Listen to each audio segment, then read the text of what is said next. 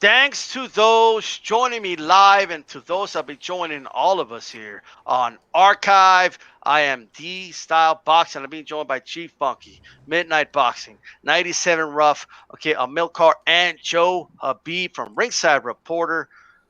We have a lot to talk about today. We're going to go over our scorecards. We're going to talk a little about Teddy Atlas saying he's proclaimed himself the policeman of boxing. Estrada versus Cuadras 2 in Mexico City. Brought to you by Eddie Hearn and Matchroom USA. All right. They're setting up a second fight with Chocolatito Estrada, which we want to touch on. And of course, a little bit of an early preview on Tank versus Leo Santa Cruz. Also, I want to remind everybody to check out whenever it comes out, coming out very soon, Salvador Sanchez documentary via Blood Boxing. We'll be back right after this. Salvador Sanchez, Chava, was not only born to fight, but also destined for greatness. From Santiago, Tanguistenco, Mexico, a pueblo that still has Aztec Empire culture instilled in it. It's about an hour from the historic city of Tenochtitlan, current-day Mexico City. Salvador Sanchez was a reincarnation of an Aztec warrior, built for tribal wars of hand-to-hand combat. Salvador Sanchez was a gift from the boxing gods, but one that they selfishly wished to only share for so long. Sanchez would turn pro at the young age of 16. The year was 1975. Salvador's parents was not happy about their son's decision to turn pro. They were also not happy about Salvador's decision to drop out of school. Sanchez was 16 when he dropped out of school. One of the reasons Sanchez was in a rush to turn pro was to help his family, and eventually his parents would support his decision to turn pro. Later, they would enjoy his successes in the ring. His mother taped a cross inside of his shoes made from a palm branch. She would do this before every one of his fights. This had to do with his mother's religious beliefs.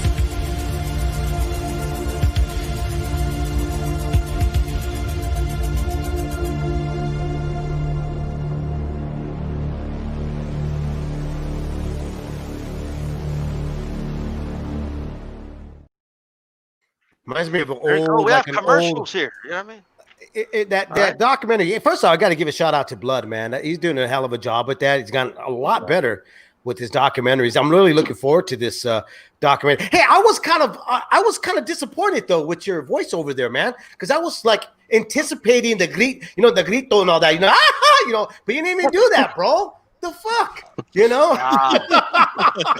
Nah. I wanted to hear that. You should have threw it out there. Salvador Sanchez. I was like, fucking Edward James Olmos over here, man. I was hypnotized. Love the 80s vibe. Says boxing historian, welcome. Make sure you guys throw a jab in my like button here, and you could always listen on demand on the Leave It in the Ring network and on any podcast forums. Let's go ahead and talk about Lomachenko versus Teofimo Lopez. Our scorecard. Let me give you mine really quick. Okay, rounds 1 through 8, I scored them to Teofimo Lopez. I understand 8 is definitely a close round. All right, I did not give him round 2. I did not give him round 7. I do not believe those rounds are close. Round 8 was close. However, just because Loma did better in the 8th doesn't mean he won the 8th. Okay. Also, I gave rounds 9, 10, 11 to Loma. I think 10 and 11 were definitely his best rounds of the fight, without a shadow of a doubt. And the 12th was definitely a round for Teofimo Lopez on my scorecard. This kid went out there and he said, I'm going to act like I'm the challenger. I'm going to act like I need to take it from you. And that's exactly what he did. Dave, how did you have this fight, man? Run over your scorecard with us. I had 115 to what was it? 115, 113 is what I had. Okay. I thought the second round, I thought that Timo came out and I thought he established his jab. I thought the second round, Lomachenko took it a bit because I thought that he kind of decided to test the waters a little bit more. But I also believe that second round is what really kind of made him back off on the 3rd, the 4th, and the 5th, and the 6th. Okay. I thought that that's when he really just kind of understood that he was in there with a guy that was just much stronger, a lot quicker. Like Joe Habib had said last week about the twitching, that was definitely evident. The timing of Teofimo Lopez was all there, and I think it threw off Lomachenko. But I really believe that he thought that he was going to have his way on that second round, but then when he felt the power of the kid, he just really took his foot off the gas. And then after that, the 7th, the 8th, the 9th, I thought, and the 10th, and the 11th, I thought that's when Loma was probably doing the best of his work and stuff, but I thought it was just a little too late. And I thought that, even though he did have a tired Lopez in those, championship rounds, I thought that Lopez was right on to keeping a reserve.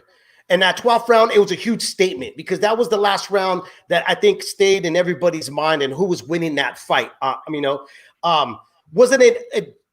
I hear a lot of people talking about swing rounds. I didn't see any swing rounds at all, guys. I got to be honest. I didn't see it. What I saw was Lopez just being just overall dominant. Okay. And what I saw in those championship rounds was that he started to get a bit tired, but he never got too sloppy and he never got, he never overcommit to try to make something happen. I think he knew that he needed to, take a step back, allow himself to gather, get his win back in, and then again do the takeover. And it was a phenomenal job for him. It was a great win for him. And I think I'm with everybody else. I'd like to see a rematch, not just because the fight was good, but the numbers were phenomenal. 4 million viewers. I think a lot of casuals, were able to witness something that was special and did come across special on fight night. That's right. Over 4 million views. This is including not just the cable broadcast, but everything from ESPN Deportes to ESPN Plus, and that's not including international views. You know what I mean? Right. Also, and I want to ask Midnight Boxing, talk to us about your scorecard. How did you score this fight? So I'll start off by saying I appreciate the invite and glad to do this this video with you guys. So what I had a total of 7 rounds for Lopez and then 5 rounds for Loma. So I actually had the first 7 rounds going to Lopez. As D-Style mentioned, the 8th round, he did see Loma doing something, but he didn't give it to him. At the same time, I haven't rewatched the fight. I wonder if it's just because I was caught up in the moment. I couldn't even believe that Lopez was just outclassing this guy. I had Lopez winning the fight prior to going into the fight, but I didn't think that he was going to win it in the manner that he was taking over the fight. So was it just that Loma did enough and I just felt, oh, well, he did pretty good. Let me give him that 8th. I definitely gave him the 9th, the 10th, and the 11th.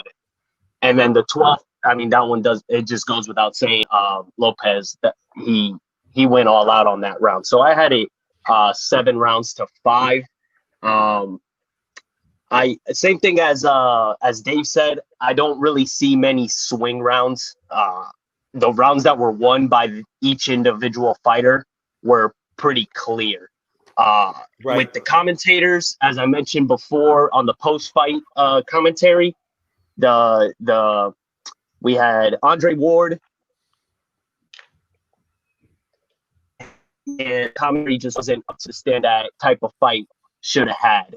We had a guy that didn't want to change on his original pick no matter what he saw in that fight, and that's Andre Ward. He went with Loma, and he did not steer away from Loma and just kept making excuses that this is Loma's plan, this is Loma's plan, this is Loma's plan, until he loses. Oh, well, then he started late. No, Lopez made him start late. We don't take credit away from the young man that came prepared to fight on fight night by saying that Loma wasn't, he started late. That's a casual answer in my opinion. And I didn't, or a casual excuse that I did not expect from a boxer themselves in Andre Ward. But I just think he couldn't believe what he was watching because maybe he saw himself in there as that style of boxer getting outboxed by somebody that nobody thought that he was going to get outboxed by. Well said, man. Hey, Kevin Slim says Loma has yet to congratulate Teofimo Lopez. I appreciate the support as well, of course. We're going over our scorecards here. Make sure you jab the like button. 88 Sports Talk, I see you. It says salute. Well, salute to you as well. Let them know how you guys scored it, what rounds you had winning, so on and so forth.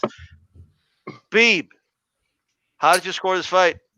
I had this fight 116 for Lopez, 112 to Lomachenko. I had the first 7 for Lopez. I had 8, 9, 10, and 11 for Lomachenko, and obviously I had the 12th for Lopez. I was so divided on the 8th round. I almost gave that 8th round to Lopez, but I went out of my way to not give it to him because I was actually at this point I was looking for rounds to give Lomachenko because I just didn't want to sound too biased because, as you know, I was real high on Lopez before this fight. I thought he did have the speed advantage, and I thought his reaction time was the key here. His defensive reflexes and his reaction time. Here's the thing.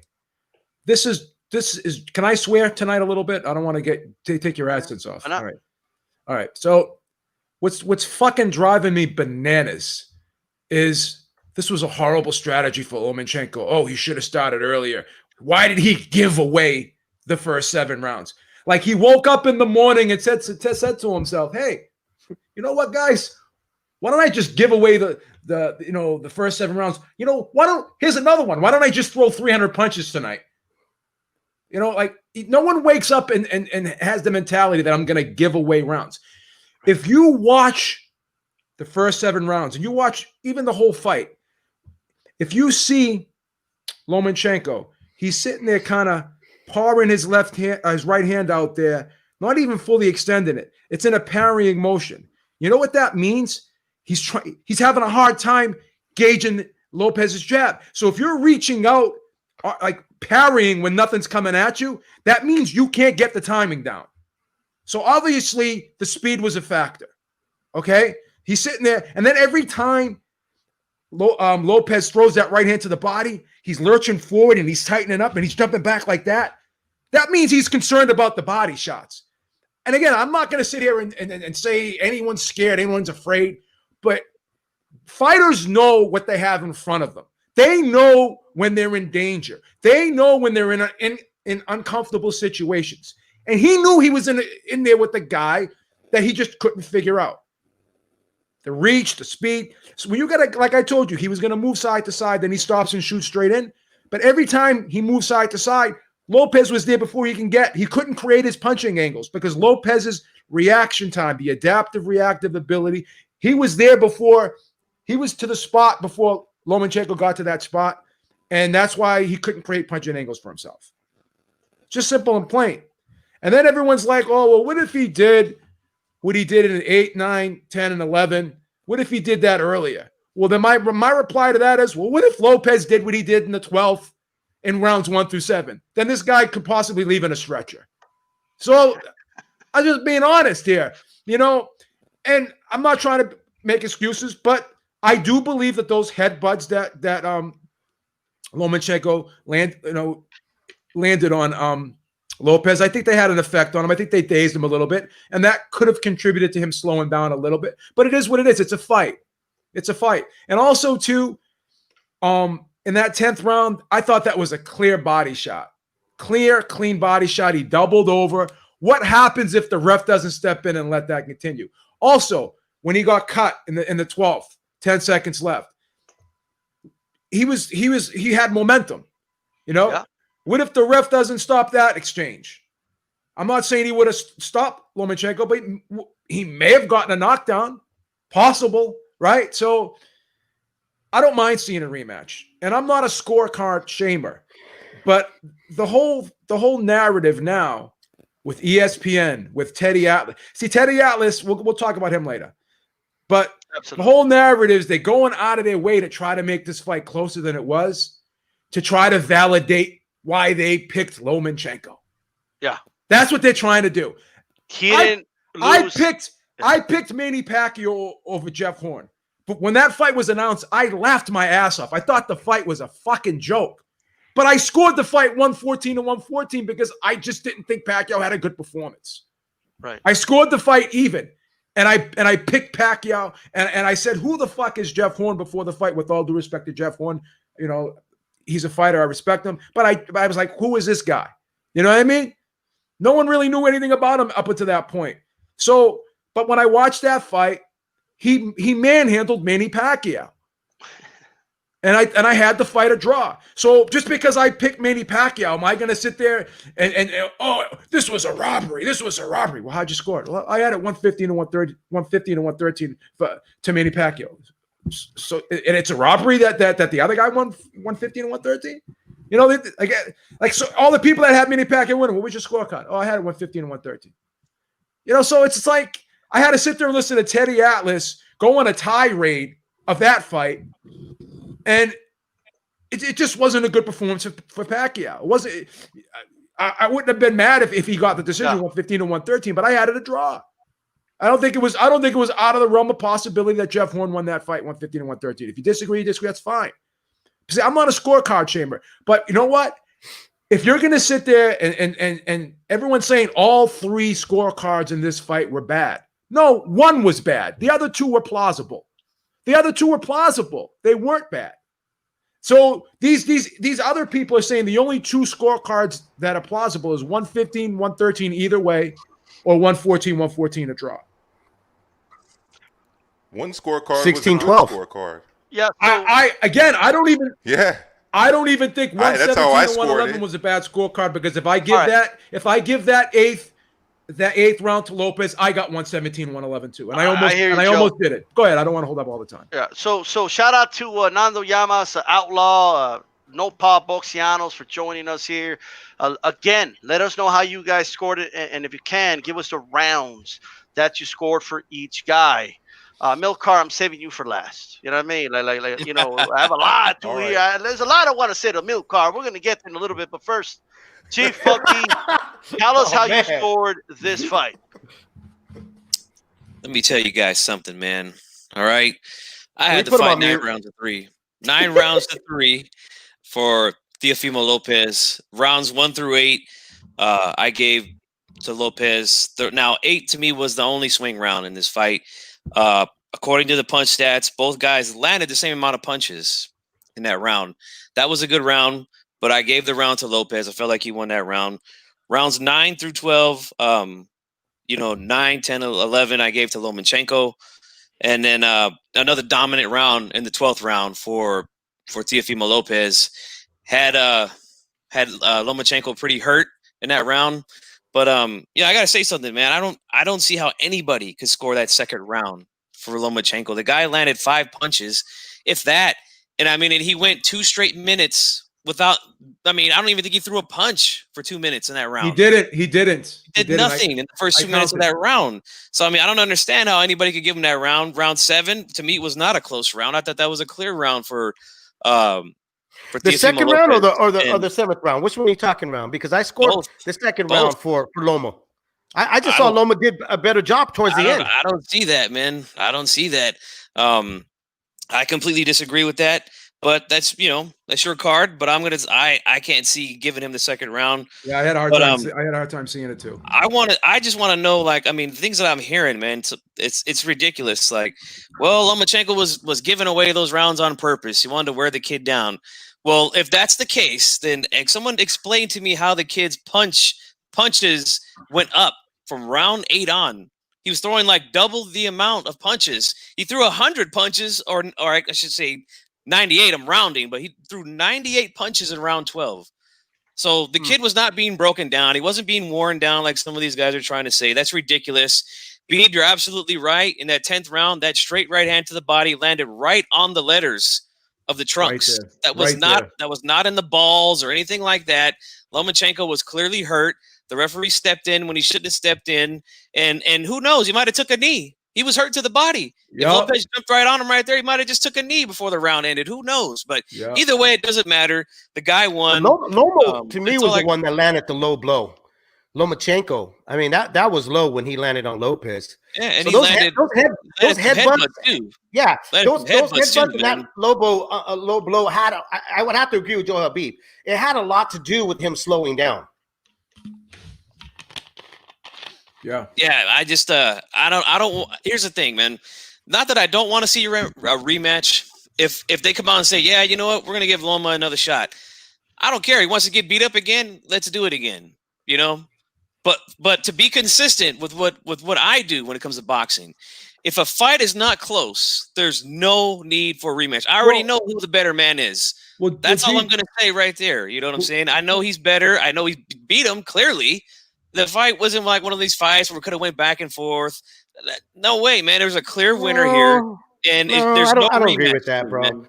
I don't agree That's with that. that's the way I do it, man. Okay, so then a I'll give lot you of an rematches opportunity would have to never touch on been that made day. then if that was the case, though. You I'll gotta give you think an about that. opportunity to get to that day, but let's finish it really quick here. Okay. G-Funk, did you finish your points, G-Funky, before I proceed? That's it. 9 rounds to 3. Can I just Okay, say? Can I just go say ahead, one? go ahead, Joe, really quick. Go ahead. One quick thing. 2 seconds. I don't mind seeing a rematch, but here's the thing: I don't think Lopez has to have a rematch to validate his victory. That's what I have a problem with. These Loma fans and these ESPN people who are butthurt because they were wrong. They're acting like, oh, we need a rematch to validate Lopez's victory. No, I'm not buying that. No. I agree. I got you. All right, now 100%. He said, Mr. 100, baby, Mr. 100. I am as sure as the sun rising in the east and all this other stuff. Let me tell you something. Híjole. 100%. Like I am certain. Like the sky is blue, like the Heat against LeBron James and the Lakers and this, that, and the third. Amir Khan. I almost called him Amir Khan, but Amilcar, the spotlight's on you. In all seriousness, how'd you score the fight? You're on mute. He's lost the words. You hear that? You hear We can those hear crows? You hear those crows? Oh, yeah. That's all that. I got a whole fucking case of crows in my apartment. And the funny thing is, I'm a vegetarian. I don't even eat meat, but I've been eating a lot of crow this week. So, look, my scorecard was the same as Joe's, actually, 116, 112. I thought that was a great scorecard, and honestly, like a couple of you have already mentioned, I could have easily given that 8th round to Teo, because it was a round that could have really gone either way. Now, I've got to be honest in my, and be objective in terms of how I saw the fight. I said this on the post-fight show with on Leave It in the Ring. Honestly, that the slow start, if you want to call it that, by Loma had nothing to do with him starting slow and kind of wanting to download data, and it had everything to do with him being wary of Teofimo's punch and also the speed of his punch. So he was just a faster, stronger fighter, and honestly, he had the better ring IQ, and that was shown just by the fact that he could have done other things in the ring. He could have feinted. He could have shown more head movement. He could have made Teofimo Lopez think more in the ring, but he had no idea about what he was doing other than let's see what Teo's got and let's try to work on something later on in the fight. I'll be honest, I was very biased going into the fight. I'm usually not, but there's a few things in Teo's career early on that I really didn't like. It's going to sound stupid, but I'm Central American, and you go down my mother's line, we go all the way back thousands of years, and for someone to be claiming to be Honduran and flying the Spanish flag in the ring, it rubbed me the wrong way. That was one thing. And then just the kind of level of disrespect that he showed his fighters in terms of dancing over them after KOs and shit talking them and shit and stuff. I didn't like it. This was actually the first time I ever rooted for Loma. I was at the Garden when he fought Rigo. I was 100% with Rigo in that fight, even though I thought he was going to lose. And I was very happy that Salido beat him. But you know what? Teo showed who he is. He proved a lot of people wrong. And he's actually shown that he's on the ascension to superstardom in boxing. And it's not just an issue of his speed and his size at 135. This guy's ring IQ and the things that he did in the ring, starting off everything with the jab, utilizing feints, mixing a body attack with a head attack, using angles. And like you said, Joe, that was a clear. It should have been ruled. It shouldn't have been ruled a low blow. Not the at all. clean body shot that he threw. Not at So all. right now, all I gotta say is all hail Teo, man. As much as I disliked him before this fight, I gotta respect the kid. Well, well said, Amilcar. Dave, you said you had a disagreement with G Funky. Go ahead. Trying to dodge G Funky right now, you know. Well, look about rematches. I'm with Joe, like what Joe Habib just said, you know, which is, you know, is it something that's needed? No, because it was such a clear win.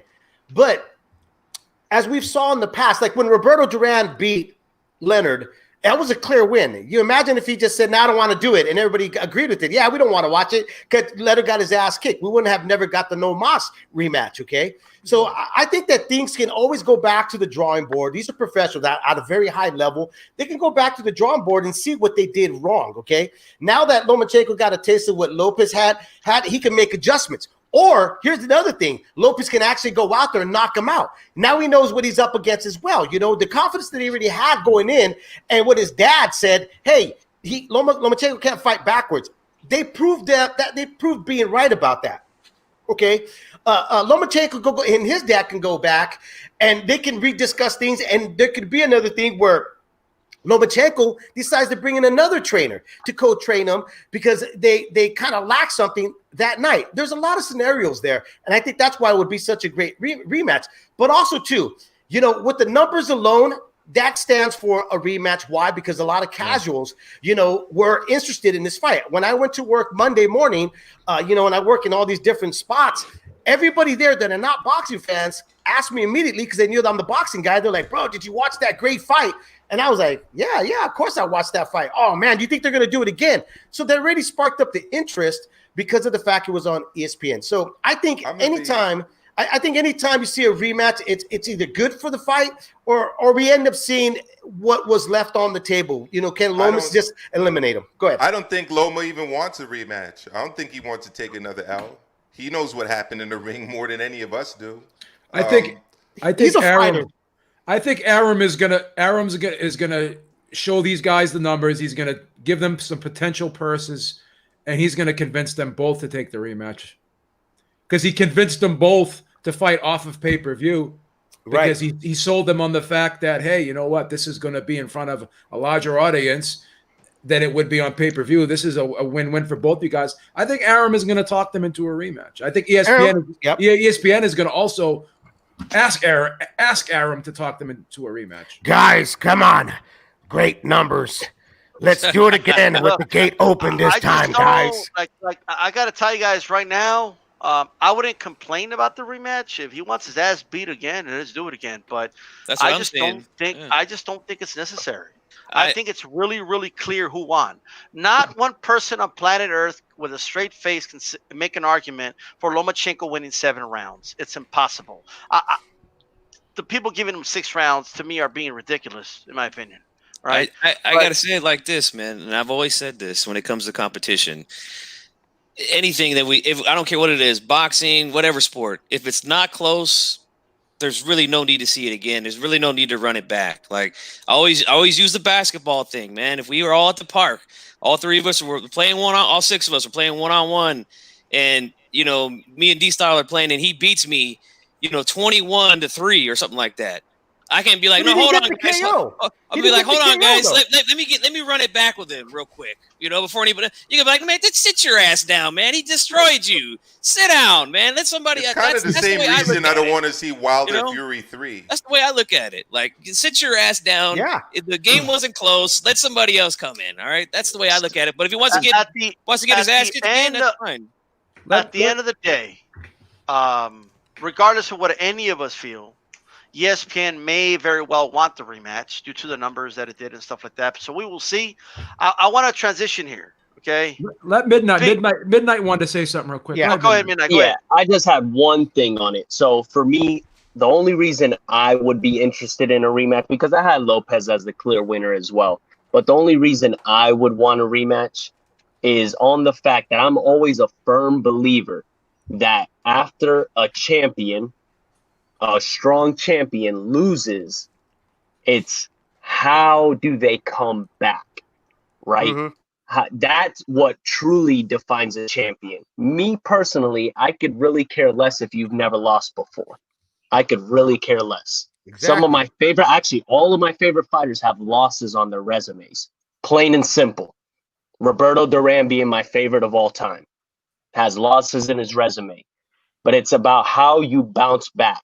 And if Lomo's able to bounce back and actually pull off a victory, it really sets him even higher than where he was already, right? Or he just gets stopped, which is what my prediction would technically be. I would think that Lopez ends up actually stopping him.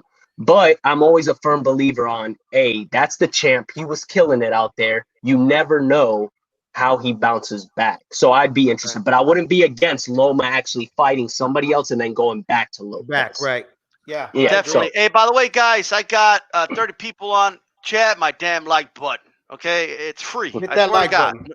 Nothing will happen. You won't get shocked. Like, you know what I mean? Like, nothing happens. You press the like button. Okay. I'm just saying. Shout out to everybody again from B2B, BNB, 92 AKU, A-Rod on here. Shout out to you guys. Check it out. B, I want to get this from you because I know you're not going to be on with us. I need to put the spotlight on you. Teddy Atlas said that he's gonna take the reins. He's like, nobody appointed me, but I'm gonna be the sheriff. Like, you know what I mean, and all that stuff. He's gonna be. There's a new sheriff in town.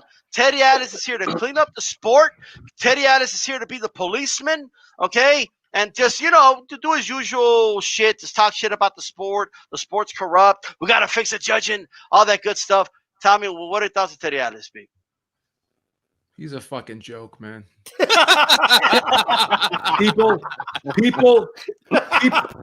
people who turn in shitty scorecards cannot judge other people's scorecards.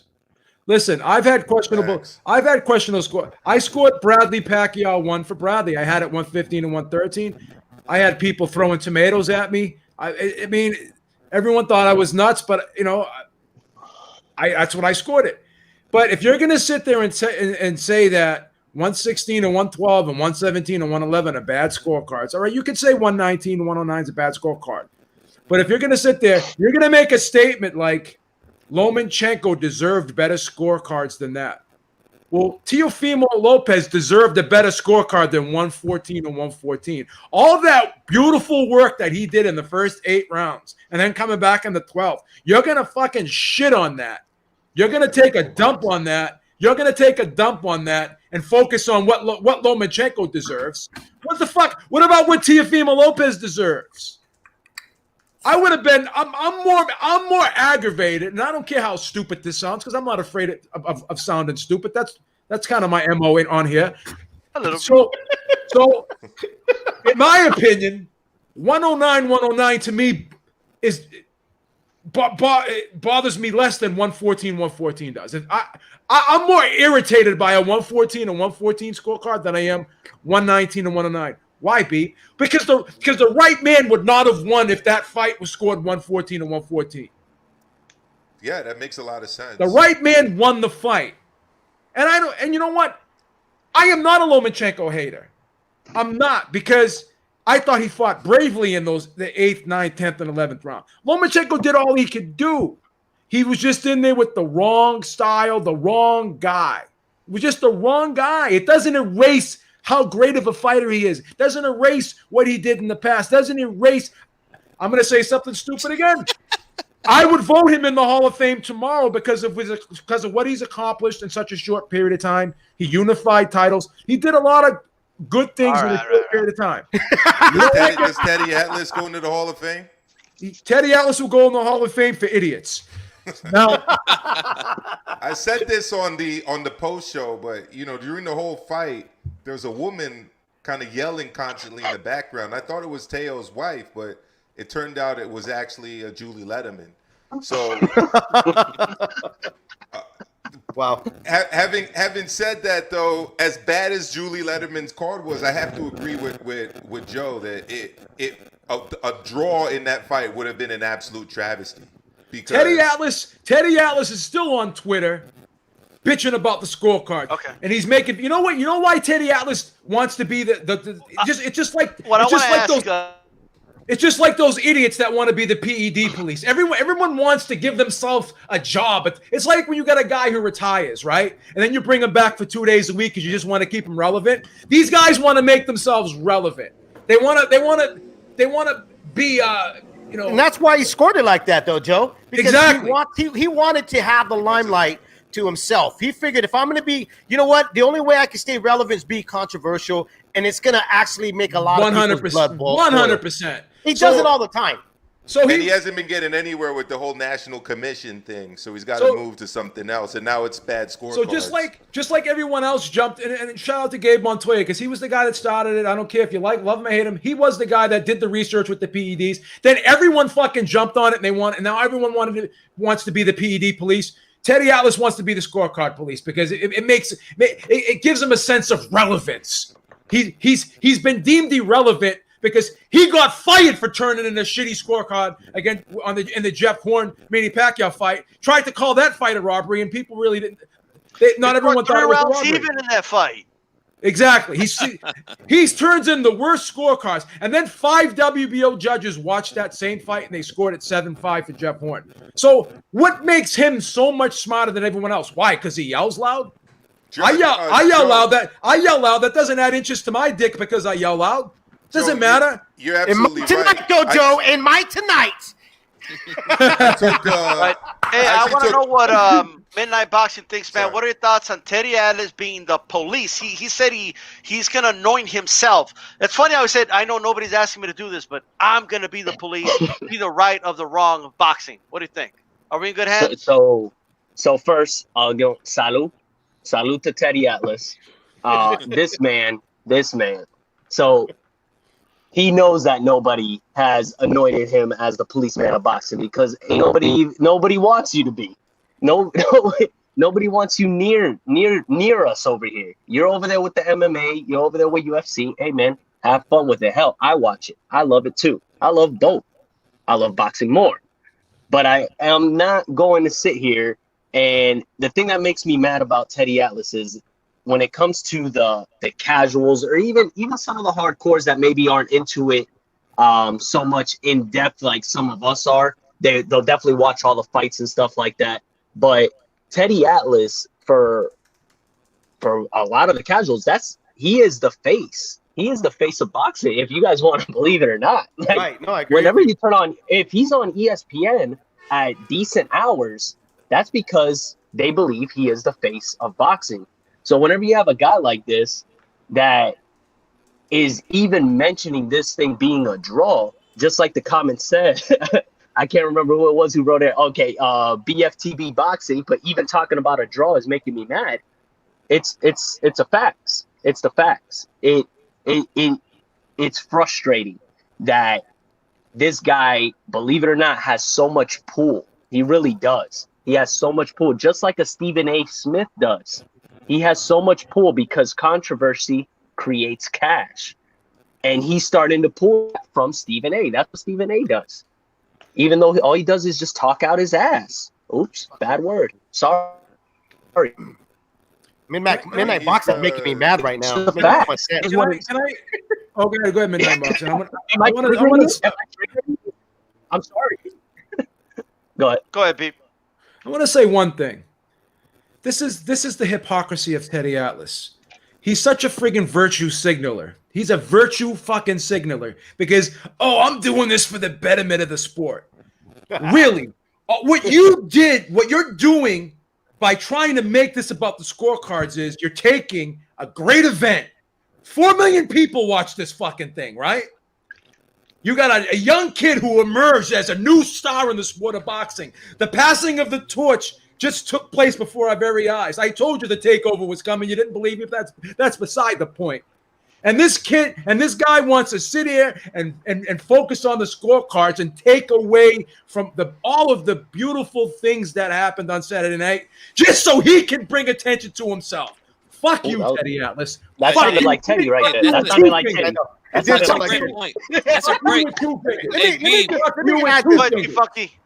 That's a great point, B, because I listened to Teddy Atlas's his channel here when he talked about the scores, and all he did was bitch and complain about the bad scoring, talked about his fucked up scorecard, and then they also cried about, oh, did you see how much bigger Lopez was? I mean, he was enormous, huge, colossal, mega. You know what else he said? You know what else he said, G-Funk? And I apologize for interrupting you because I'm on fire. I got to leave at 9, so I gotta empty out the clip because I'm leaving at 9. Then he goes like this. G-Funky. Oh, finally, but this was the one good fight all year. Are you fucking kidding me, you idiot? One good fight all year? This wasn't the one good fight all year. Like, this was the only fight. Well, even if it was the only fight, 4 million views. What fight did 4 million views on the UFC? No disrespect to UFC. Right. Yep. A fucking idiot, this guy. He's an idiot. He never once mentioned how good the ratings were for the fight. He just focused strictly on the negative, man. And that just shows you how much of a biased fanboy he is for Lomachenko, man. Well, let me say this really quick. With Teddy, and us, the reason we're bringing up this whole discussion here about Teddy Atlas and what he's been doing and what he does, right? But here's the truth of the matter is that ESPN, regardless he's not with them anymore, he's actually doing a lot of the marketing for them because, like Midnight Boxing just said right now, here's what a lot of casuals believe. He's the face of boxing. So by him saying that it was a draw, it does spark up a lot of these interests of these casual fans believing that there's some doubt there that this was a very close fight. You know, that maybe the experts, maybe the people that really watch boxing, maybe we don't know what we're talking about, you know. And I don't know. I always get a sense that Teddy's actually asking for his job back. So he feels like he needs to do this to try to kind of up what ESPN is trying to promote right now. Because, again, I go back. He's really helping him out by saying this is a draw. I mean, if anyone wants to get angry about anything that happened on Saturday, the thing for me that people should get angry about is Loma's behavior after the fight. Yeah, it was and up to this point, I mean, he storms out of the ring. He refuses to concede victory. He just came across as a sore loser and like an asshole to me. Maybe that's what he's always been. I don't know, because he's mostly won his fights, but I didn't hear much criticism of that from Teddy or from other people in the mainstream media. And I want to just respectfully disagree with you on one point, because you have a right to your own opinion about Teofimo Lopez. I hear a lot of people saying what you're saying, that the kid was, and I'm gonna kind of tie this all in with Andre Ward's perception of the fight, because Midnight Boxing made some great points about Andre Ward's, why he scored the fight the way he did, and I talked to D-Style about this. But I think, you know, this is boxing. You know, there's a lot of shit talkers and have been a lot of shit talkers in the sport. And I don't think talking shit is bad for the sport. You definitely have a right to your own opinion. If you don't like it, you don't like it. That's your opinion. That's fine. But I think, in my opinion, too much was emphasized, or there was too much emphasis put on Teofimo Lopez being cocky, just like Muhammad Ali before he fought Sonny Liston.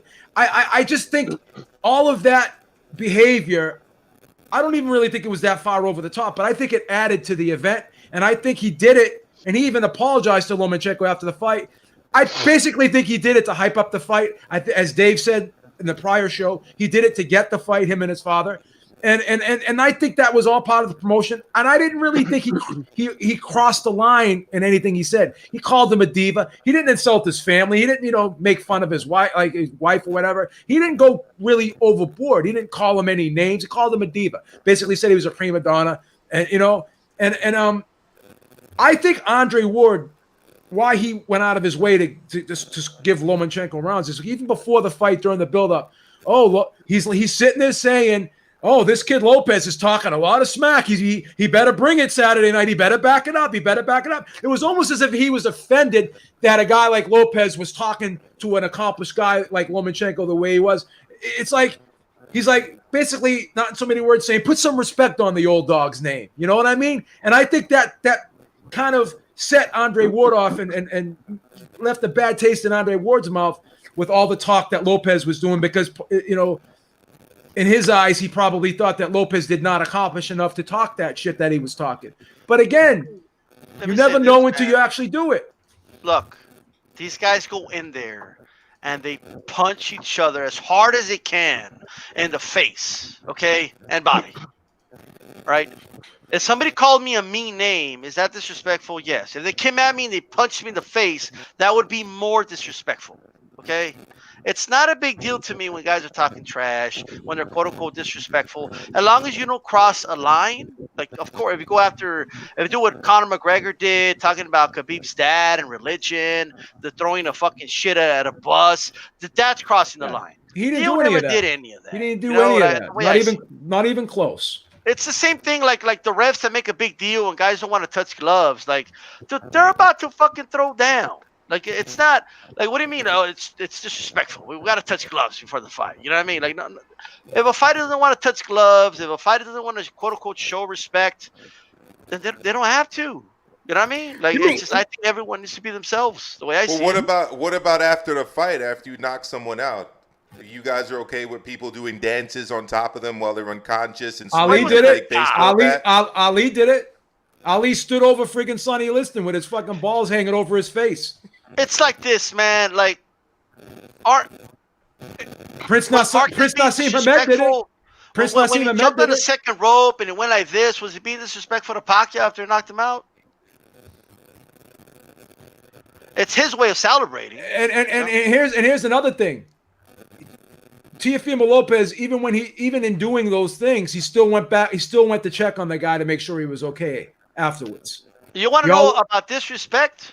What about Loma? Still hasn't congratulated him on his win. No, I agree. I brought that up. Yeah. I think he's turned out to be everything that Teofimo called him before the fight and then some. Yeah. I think. All right. Hold on. Let me just bring it back really quick. You know what's disrespectful? I'll tell you what's disrespectful. When you put a fucking podcast and a pay-per-view event in between, the intermission, and we're all pumped up, we're all fucking, gun-ho and all that, and you decide to bring this guy named Brian Campbell on his show on Showtime, and that's disrespectful. Let's talk about a fight that we just saw for 30 minutes, But we'll talk about it again. The most ridiculous thing Teddy Atlas said was Loma deserved better than what he got with those scorecards. That's fucking ridiculous. You're basically just confirming what Teofimo Lopez said if you think he deserved better scorecards than that. Like, so even though he clearly lost the fight, we got to go out of our way to give him rounds to make the fight closer because we don't want to hurt his fucking feelings. I mean, come on, Teddy. I mean, the main thing I have with Teddy too is that he seems to always want to glorify the UFC every time he kind of shits on boxing, and that's disrespectful. I used to watch a bit of MMA before. I've never been like the biggest fan, but I followed it kind of from afar. And I remember for years when the biggest fighter was not even in the UFC, Fedor. Even now you got guys like. The Burmese Python that fights for ONE FC. Yeah. But what about Mighty Mouse? He's the best in his weight class. He's in the UFC. We're not hearing anything about.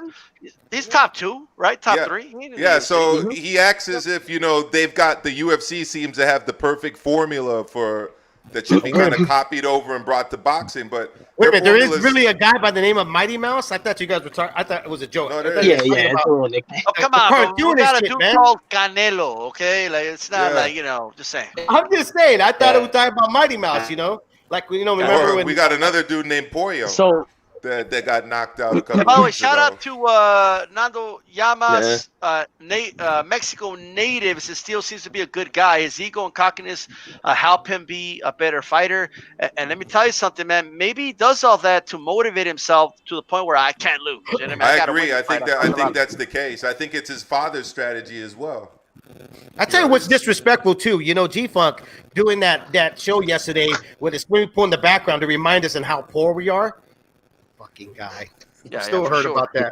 I'm a disrespectful motherfucker. Let me tell Now, you. before Don't piss me Beefs, off. we got 6 minutes with Beefs. I'm gonna go first with you before you go on this next topic. I want to talk about pound for pound list. You know, people making lists and people being ugly with each other too. Like you're a piece of shit. What do you mean? You know, you don't have Mascherino way top 3. You piece of shit. Like, you know what I mean? Like, people get mean with each other, want to fight each other, you know, they want to find each other on the internet, you know, over debating whether a middleweight is better than a flyweight, as if they're ever going to fight or something, right? People, like, they get really heated in these debates. They're real, you know what I mean? But with that said, they still got Lomachenko, Triple G, you know, top 10 pound for pounds. I mean, this is crazy, but hey, what are your thoughts overall on pound for pound list? I'm not a big pound for pound guy, but I do have opinions on it. If like I can look at fighters and say they are among the best fighters in the world. Would I take Lomachenko out of that list now? No. Would I take Golovkin out of that list? Yes. Would I take possibly would I take Manny Pacquiao out of that list? Off of inactivity? Yes. But again, these guys, they just hold on to, you know, their favorite fighters and they got to be in there and this and that, whatever. But I'm glad of one thing. My favorite fighter is in there, Tyson Fury. Well, he's the best fighter in the world because no one can beat him. Man, So we ain't to doing me, no that's heavyweights on pound for pound, bro. Here's the problem with pound for pound. Well, that's We the don't even know problem with history of it. Pound for pound. Don't make me go in my closet and pull out my Tyson Fury shirt. I right mean, now. Don't make me do it. It's- Don't make me it's- do it. I Don't make me always- do it. I always It's a thought it heavyweight was. and a pound for pound list. It's an oxymoron, but it is. Well, I what it is. always, you know what else is silly and is an oxymoron too? When people were going on and acting like Loma was the best quote unquote fighter in the sport. How many times have I heard Joe Tessitore say that? You know, you put 100 Loma in a times? you put Loma in a ring with Tyson Fury. Tyson Fury destroys him. So how can he be the best fighter in the sport? No, Joe- you could say he's the best lightweight in the sport, which we now know that he isn't. But whenever I hear them say, "Oh, XYZ is the best fighter in the sport," unless they're talking about Tyson Fury, I don't want to hear it. Naoya Inoue, I don't think he should be as high. That's just my opinion. I don't I get agree with that. you. I don't get that. Same. I 100%. don't have a problem at all with Canelo Alvarez being number one. I may lean towards Terrence Crawford. I think they're interchangeable basically. I don't have a problem with Spence. Lomachenko, I don't know if I would still keep him on there. I maybe I'm being a little harsh. Golovkin, I think I would take off. I may take Lomachenko off. Who's 9 and 10 on there? I can't see it. Whose list is this? Also, by the way, This That's, Ring uh, Mag. Well, That's ESPN's, I think, isn't it? No, it's Ring, right? Francisco Estrada and Better BFP. well, I mean, I wouldn't have Estrada These on. lists- I wouldn't these have lists are Estrada always on there, but I would have Better Biev on there. Better Biev is very dangerous. I like Better Biev. honestly, I would have Morris Bradis over Gennady Golovkin. I mean, the Yeah. only time he's ever lost was by split decision to Usyk. So if Usyk is there and Golovkin, I just like, I don't. That's one of the most underrated fighters in the sport to me. Morris Bradis. I'm gonna say something ridiculous now. Yeah. Where's Tyson Fury on this? Is Tyson I was Fury gonna on say. I this? was about to say that. Where's Tyson Fury on this Seriously. thing? I would actually. You're gonna have Usyk. Just Tyson Fury should be up there. I would actually put Tyson Fury and I would even consider putting Anthony Joshua on that list. I guess I got to do a video educating people about why you don't put heavyweights in the pound for pound list. It's not for heavyweights. D-Sal, for me, the pound for pound list, it should only be seen as who's the most dominant in their actual division. And to me, Tyson Fury, Well, here's the thing. he still has to face Joshua or whatever, but he's dominant. Say Tyson Fury went on He's like more dominant than Estrada, like guys that have actually defended belts and stuff say like Yeah, that. Tyson- he's dominant in his division. Say Like, Tyson there's not Fury. even that much talent in heavyweight. Say Tyson You know? Fury did a 30-day fast and he got down to cruiserweight. You don't think he'd become cruiserweight champion? Yeah. I guess maybe. If But he Tyson, wouldn't be as big. He wouldn't be as like you know what I mean. He wouldn't have that all the advantages he Well, has right now. look, a pound for pound list is supposed to be a fighter in any division. If you put him in any division, would he be dominant? That's what pound for pound is supposed to be. You know, Sugar Ray Robinson is kind of the first guy to start that off and all that. And that's kind of went away. Now everybody's just throwing on their favorite fighters, you know, and what they think. I mean, if you got Usyk up there, that means Usyk would be dominant in any weight division. yeah, I Right? don't know about that. I mean, here's my problem, man. Look. First That's of all, why I pound don't for do pound lists. doesn't work anymore, to tell you the truth. Look, Because a lot I of guys don't are not do fighting the lists. best. I don't do lists because it's impossible to know how Jermell Charlo would do at flyweight. Like, you know what I mean? It's impossible because, Right. first of all, you could talk about if they were the same size. If a flyweight was a welterweight, he wouldn't be as fast. Okay? If a welterweight was a flyweight, he wouldn't hit as hard. If a middleweight was a flyweight, same vice versa. It's impossible to know. Yeah. We're talking about Sugar Ray Robinson. We go back to the same thing. Okay? That's why All it should it be means No, but he is jumped who is up the in best- weights Hold on, and let me was finish successful. my point, Dave. Let me finish my Yeah, point. All right. All it means is who is the best fighter in the sport. That's why they gave it to Robinson. Because Tyson that was Fury. a foreign idea before Robinson. I The think best fighter in Tyson. the sport was the heavyweight champion of the world because nobody could fuck with the heavyweight champion of the world. I think Tyson Fury is the best fighter in the sport by Thank far you. right Nice. now. I agree. He's not the most skilled fighter. He's not the best We fighter. never I said love most him. skilled. We I said think, best. I think he's the most skilled. I think he's the We most said skilled. best. I think he's the- No I one think he's is the going to most get skilled. into the ring with Tyson Fury and beat him. This is a guy No, that can beat you. Well, that's my point, Amilcar. My point is, like, you get, of course, a flyweight. You're not going to put Errol Spence All right. in a heavyweight fight with Fury. Can I Of course not win. before I leave, can I just say why Tyson Fury is the best Yes, go fighter in ahead. the sport? Because he can fight on the inside, the outside. He can outbox you. He could brawl you. He could go southpaw. He could go orthodox. This guy's by far the best fighter in the sport. It's not even close. And what I would guess. say to Dave's point is, if you're looking at guys who have jumped weight classes and been successful fighting much larger opponents, you got to look at guys like Bob Fitzsimmons and Sugar Ray Robinson. But there's not a lot of guys that do that anymore. All right, D, I'm going to jump off. Thank you, everyone. I'll give you have- this. He's the best on the mic. All right, You know, he's Beef. the best on the mic. All right, Take care. Beef. Midnight out- Boxing. shout out Midnight Boxing. Shout out to you. Nice seeing you again. Thank you for your service. Thank you for your service. I remember you doing those videos on those BDUs. I'm a vet myself. I did 3 years in the Army. Shout out to you, brother. Hey, appreciate your service as well. Take care, brother. Thank you, brother. Shout out to Beef and shout out to Ringside Reporter. Catch him here on YouTube and on Blog Talk as well. You guys can go ahead and listen to them. Chief Funky, talk to me about this list. What do you see here? What do you like? What do you not like? I don't like lists, period. I've been here. Yeah, I mean, I've been here on YouTube for 10 years now talking boxing, and I have never made a video about a pound for pound list or anything like that. So lists just aren't my thing. But if I had any issues with this list, it would definitely be the first one that's got to go is Triple G. He's out of there. I don't even know. He has no business in the top 10. Sorry. Inoue, I don't mind him being there, but number 2, no. I'm sorry. Estrada's got to be higher than that. I think Beterbiev should be higher. But me, I'm a guy that's more interested in undisputed when it comes to boxing, because then it leaves no doubt as to who's the best guy in their division, and then you could add them to a list like this. And the problem is, guys just don't do that very often, and that's why when I see guys go after undisputed, I usually say, like, well, one of these guys are making themselves known that, look, I want to clean out my division. I want to leave zero doubt that I'm the man in this division.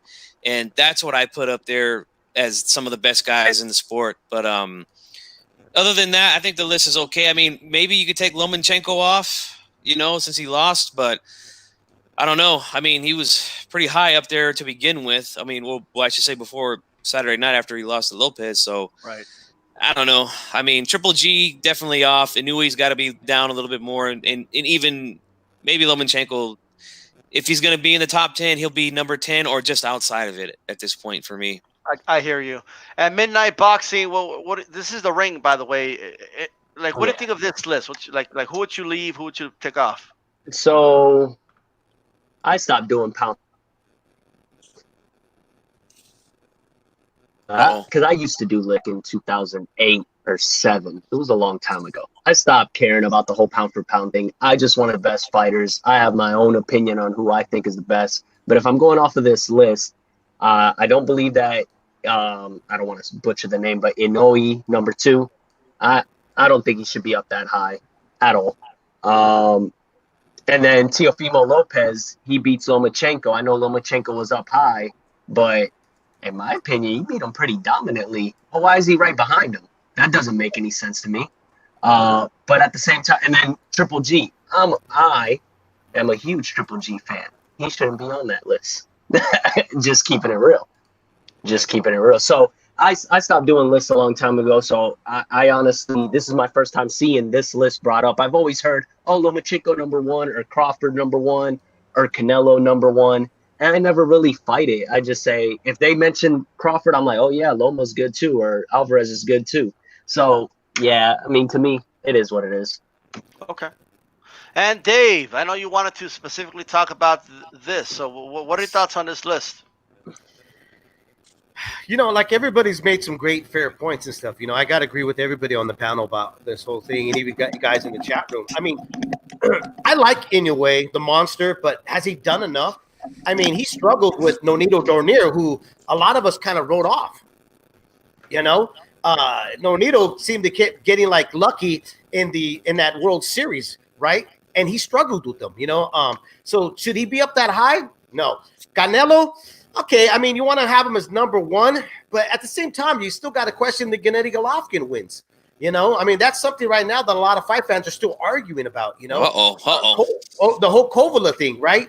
So, and then Crawford, really, man, I mean, I get it. Crawford unified the 140, but after that, it hasn't really did a whole lot. Thank you. I was waiting, David, to talk about that. Yeah. I gotta hit that point later. To me, so look, this is why I don't like pound for pound lists, is because again, it's a human error.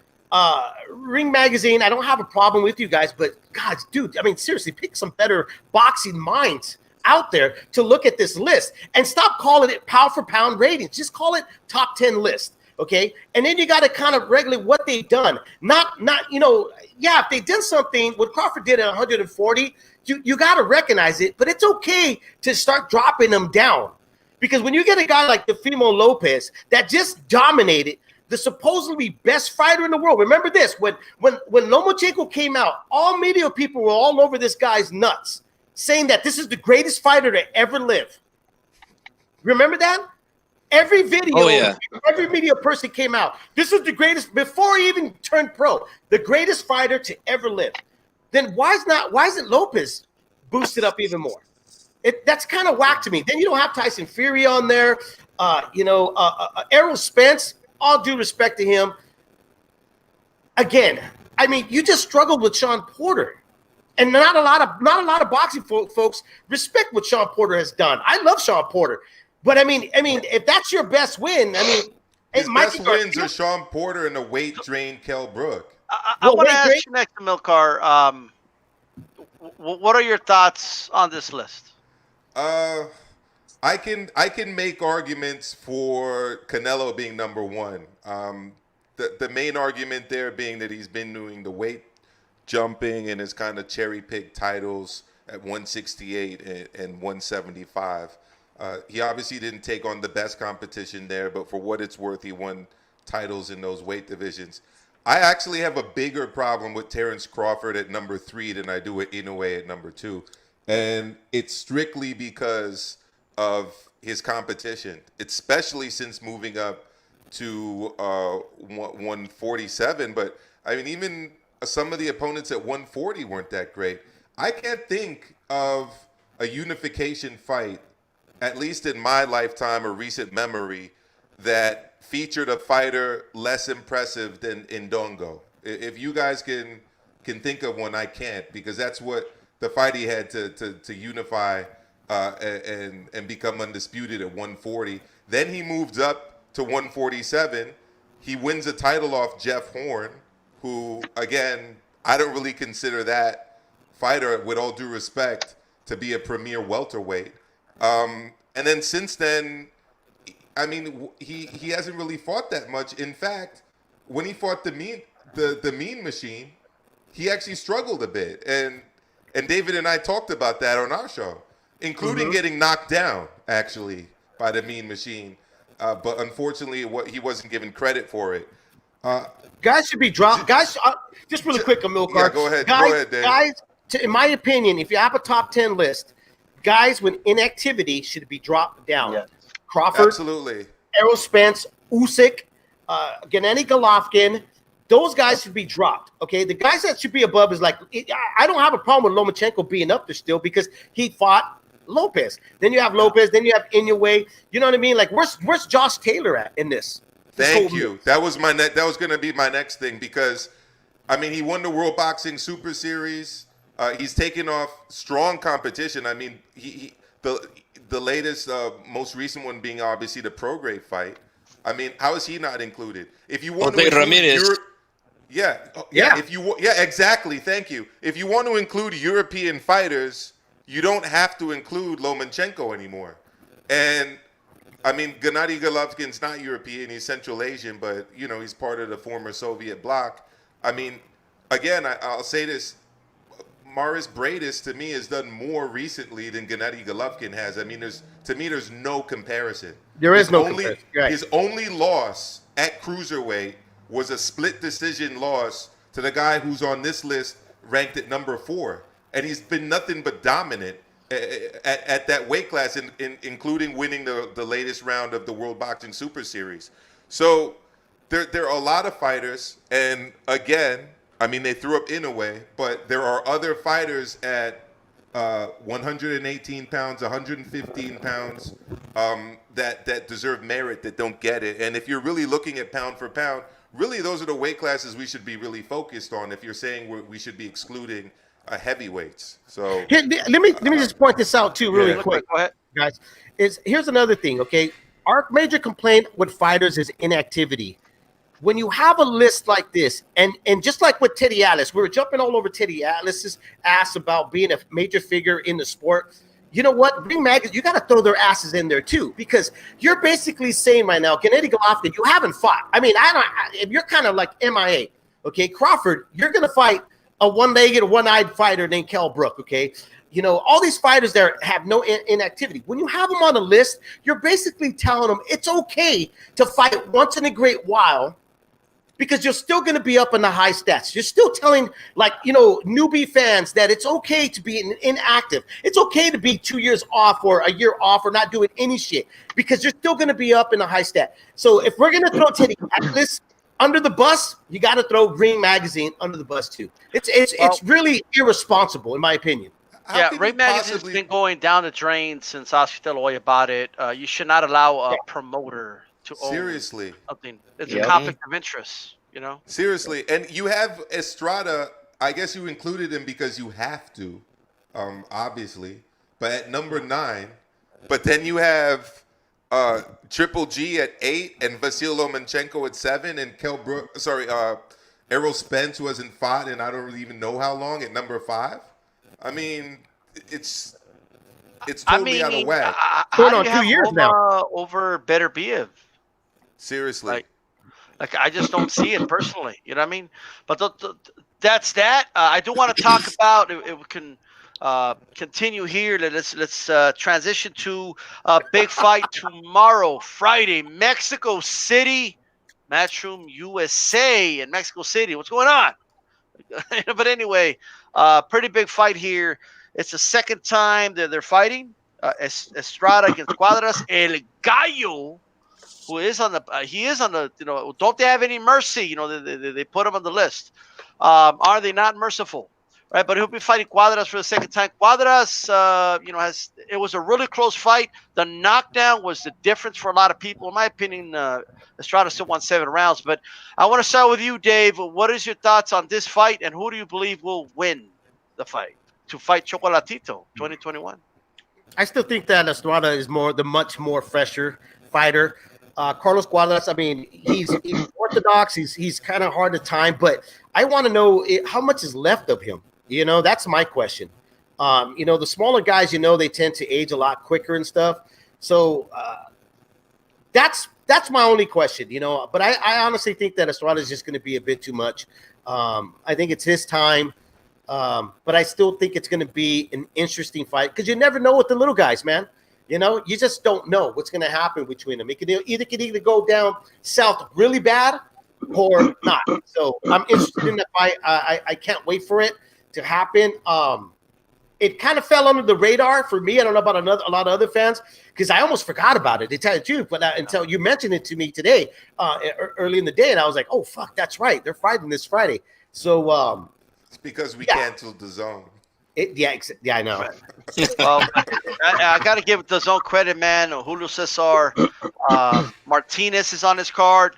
Great fighter. And then we got Chocolatito on the undercard going against his tocayo, another Gonzalez. You know what I mean? Yeah. And that should be a good one. And they're obviously trying to set up this fight. Milcar, they're taking a little bit of a risk here, but, if they want to set up a second fight with El Gallo and with Chocolatito, are they taking a risk putting him in there with the Cuadras? I think they are. And Dave had a question. I have a question too. Will there be testing?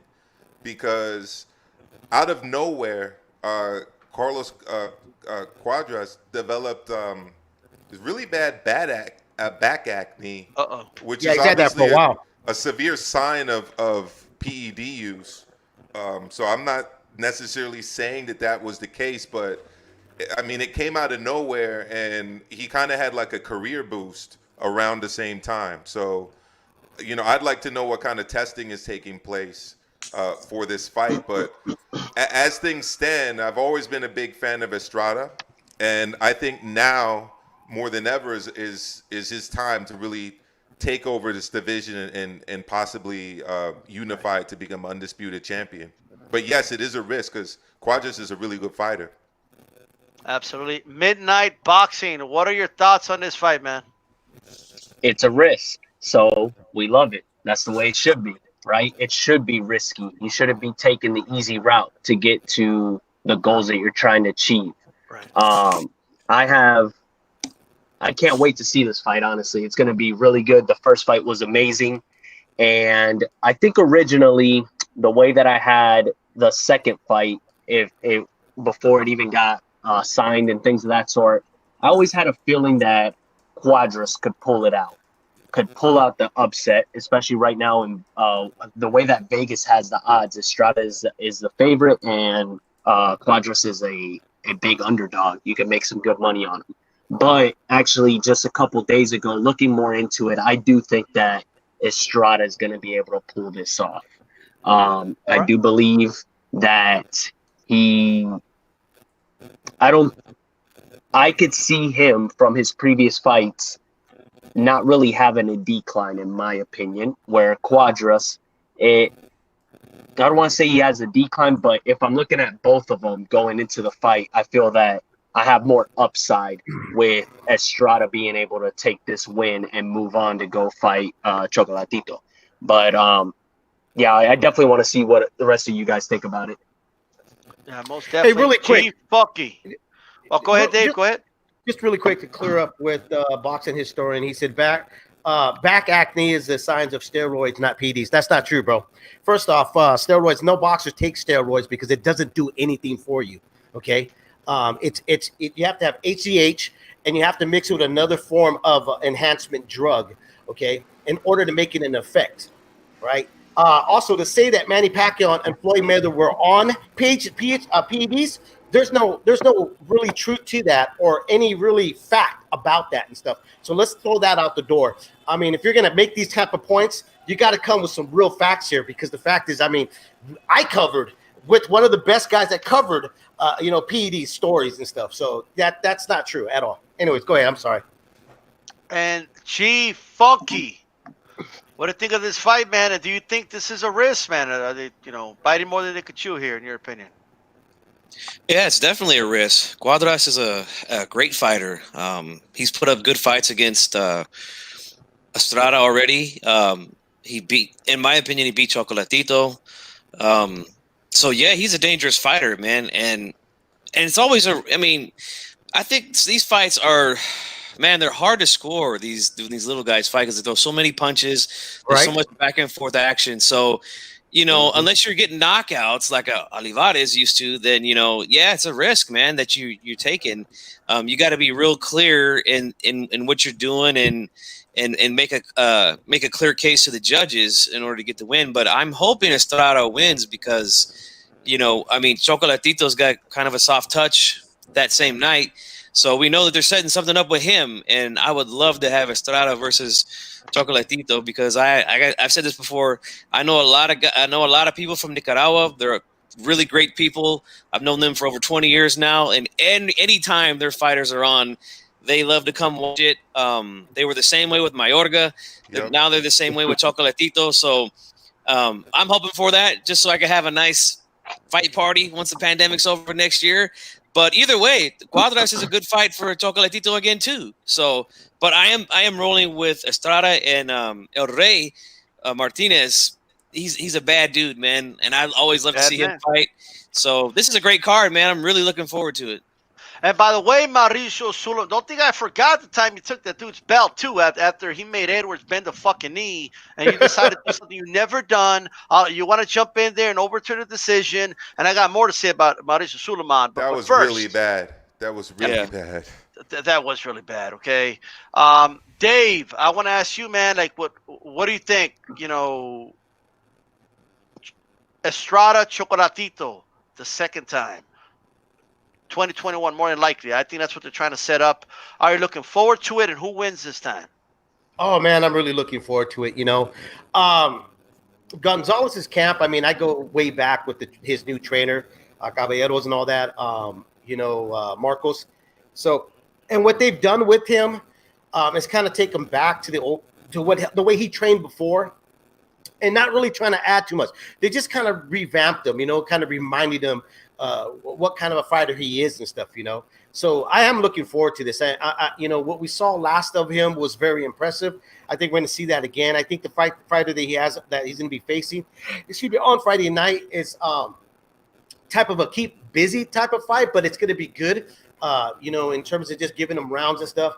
And with G-Funk, what he said, about the smaller fighters throwing a lot of punches. I agree with a lot what G-Funk was saying and stuff about the volume of punching these guys throw. You can never know. That's why I said it could either go south or you're going to end up with a really good fight and stuff, So if Estrada looks great, which it's kind of tough, man, to look great against Cuadras because Cuadras is such an awkward guy. And I said, he knows how to box. He knows when to take the step in and exchange. But I just wonder about the miles with him. You know what I mean? Like the miles on him. It's not like other fighters where you gradually see that like coming on. With the smaller guys, it just all of a sudden it just happens overnight. So that's what's going to be interesting. So whatever Estrada does, I think it's going to lead us into what we're going to think of what's going to happen if Chocolatito and Estrada get in the ring and face each other. I hope that happens. I see a phenomenal fight. But I would have to pick Estrada on the rematch if it happens. Milcar, who do you got in that rematch, man? Assuming it happens, assuming the plan goes through. I mean, I have to agree with David. I was actually at the fight at the Garden when he lost to Sor Rangvasai. And I'm talking about Chocolatito, and it was like a big deal, and it was a big upset. It was on the undercard of the Triple G fight.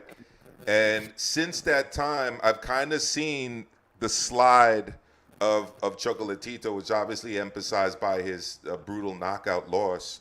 A lot of people don't always remember that, you can be a 35-year-old, 36-year-old, 37-year-old heavyweight at the top of the game, but those are really old ages for guys that weigh 115 pounds. Right.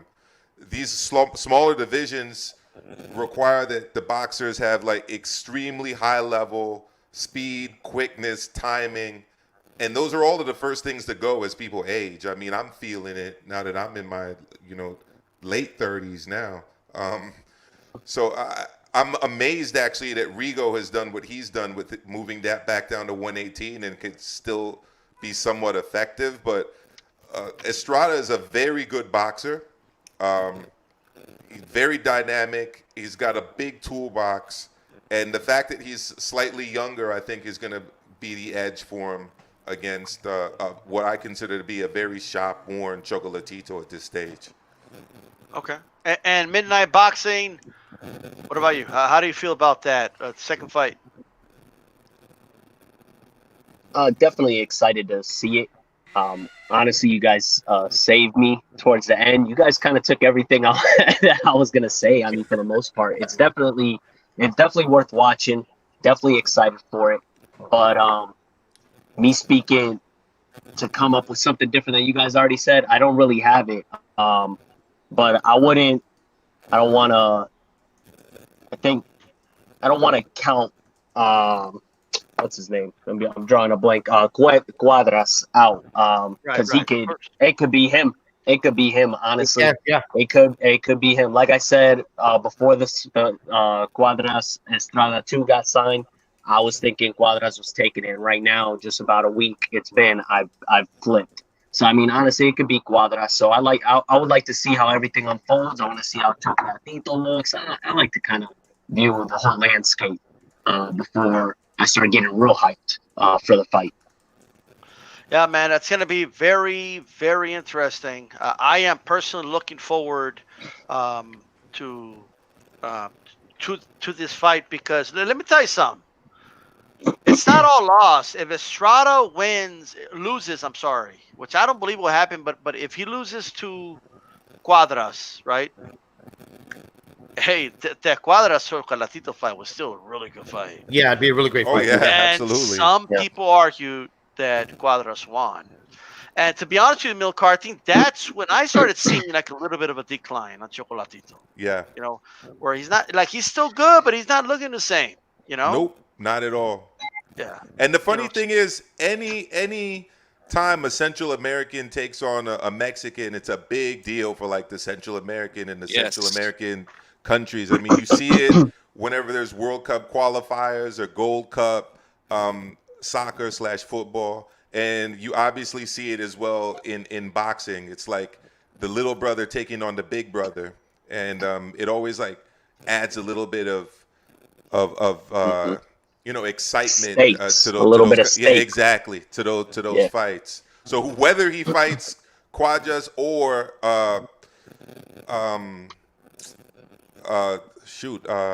Estrada. Yeah. Sorry, my mind's going dead. Estrada. They rhyme, right? The names rhyme.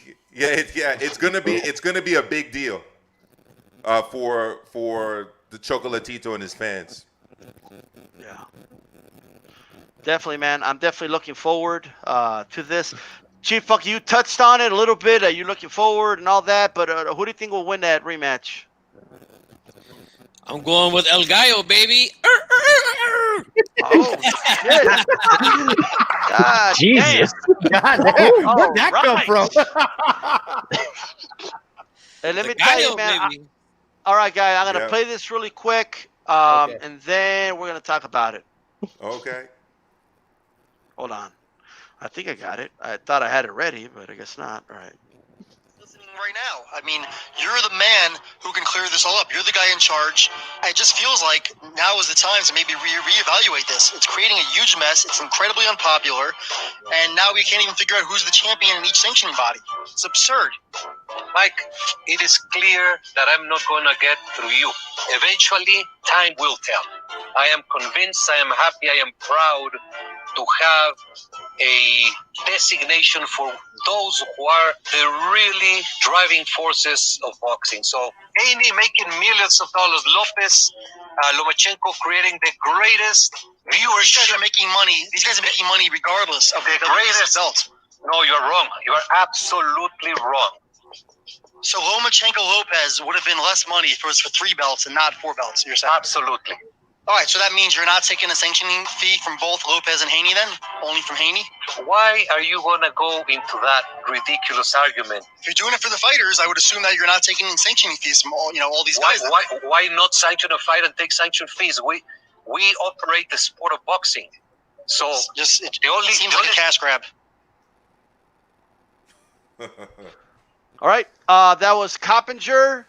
All right. The mailman delivering the mail. It's refreshing to see media members doing their job. But with that said, Dave, your reaction. Hey, look, good job for Mike. He actually did his job for once, and called out Mauricio Sulaiman. I don't know why everybody's like, oh, dude, don't pat somebody on the back for doing their fucking job, okay? All right, that's the media. That's your job, is to ask uncomfortable, hard questions, okay? So that was great that you put Sulaiman on a corner, and you got to remember this. A lot of these sanctioning body presidents, they don't even know their own rules because everything's written with a pencil, and then they erase everything and they make their new adjustments. Okay, it's ridiculous to have all these freaking belts. That's been our major complaint for years. Okay, fighters even call WBC "we be crooks," because the fact that they know they're crooks. The only reason why they stay relevant is because fighters like to put shiny little things on their shelves or in this glass case. That's the only thing and stuff, But again, I give Mike his props. He did his job. Good job.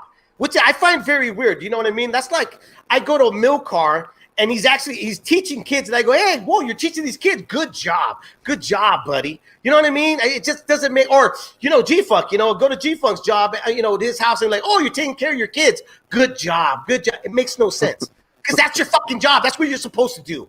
You know what I mean? Why are we awarding this guy? But it was good to hear finally media step up and do their job. Okay. Milcar, well, what are your thoughts, man? Well, my thoughts, honestly, are outside of Mexico, I'm not even really sure what the WBC really does in terms of, I forget how we referred it, but kind of like running the sport of boxing.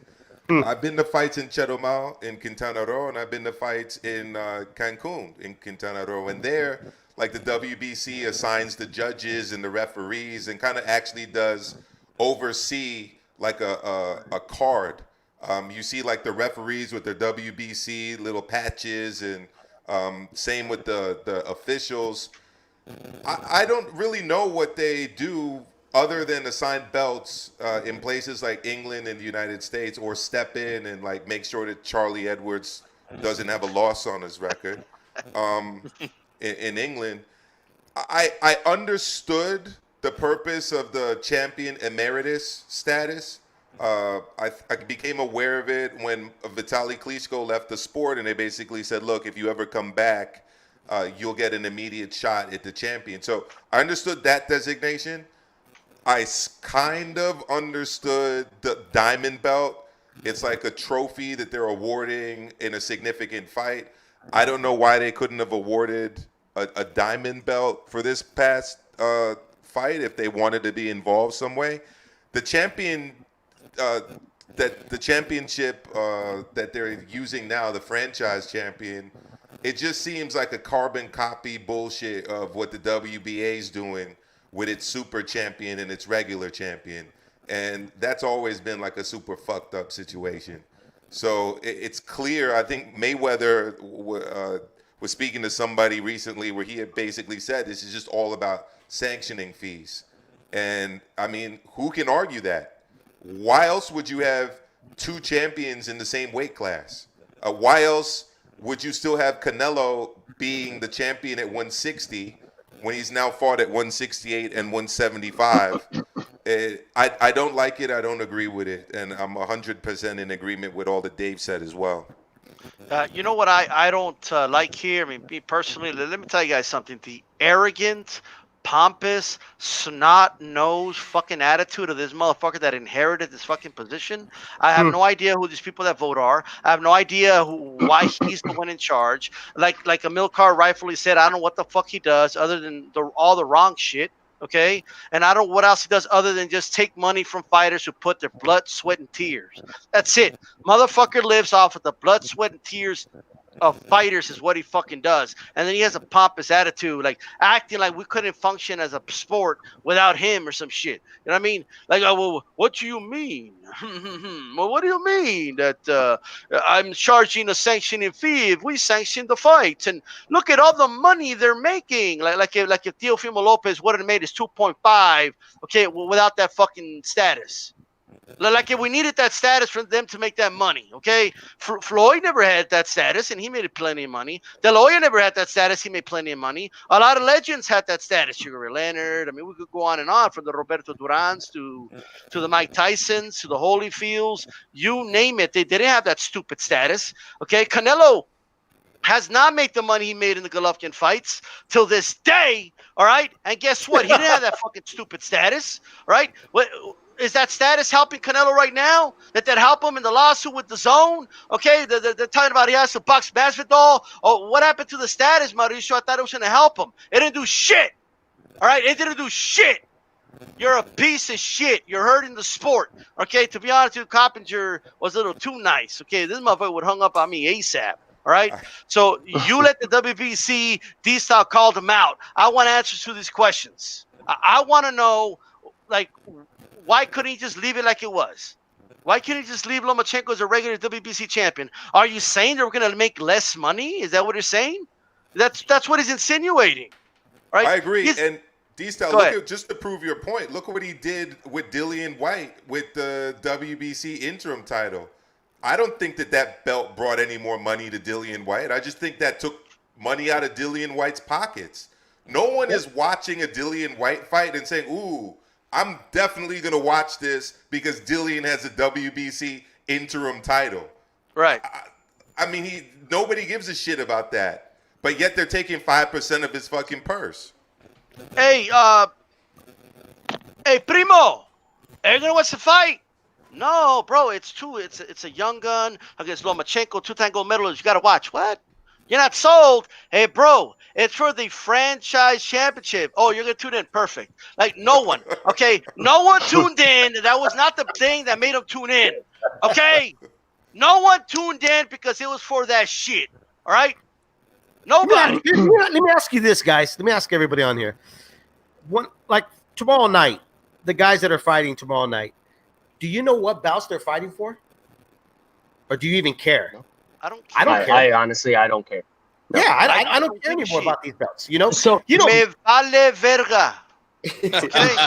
Understand? Chief Funky, what are your thoughts on this, man? What you heard with Coppinger? Go ahead. I think it's great what he did. It's about time one of these guys in the media came in and said something to this fucking crook right here. It just, you know what it does, man? It's I mean, we all know it's all about money, but it just reminds me so much of organized crime, the way that this guy moves. It's like, if I could quote Ray Liotta and Goodfellas when they were moving booze in the door and out the back door for all profit. Fuck you, pay me. That's all this shit is, man. I don't care how dumb it looks. I don't care how stupid it makes the sport look. We're going to continue to make stupid ass belts that mean nothing and get people to pay money for it. That's all it is fuck you, pay me. That's really all I got to say, man. Damn, oh damn, Midnight Boxing. Levitates. Okay. What was that, Dave? I said, G-Funk is just staying levitating right now still. Midnight Boxing, talk to us, bro. What do you think about Mike Coppinger, how he handled that, and what are your thoughts overall on Mauricio Sulaiman's attitude towards this? So, D-Stuff, you could highlight at one of the comments by Nando Llamas at 9:32 p.m. You'll see that he put, pro wrestling admitted it a long time ago, titles and belts are just props.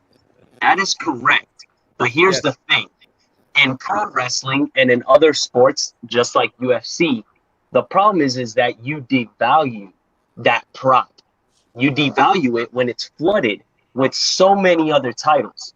That's the issue. We have so many weight classes with so many different titles, with so many different sanctioning bodies and all of this crazy stuff that it really does devalue the title. Just as Dave asked, hey, do I really care about what the next fight, what they're fighting for, what the championship is? No, because it's been devalued such a long time ago. But if it never was, and there was one or two titles that you knew that these were definitely the guys, let's bring the only thing you can even closely kind of compare it to is the UFC. If you have a guy at middleweight, there's only one belt. There really is. So you know that that's the guy until he loses, plain and simple. So we get some of the UFC haters or anything like that. They have that right.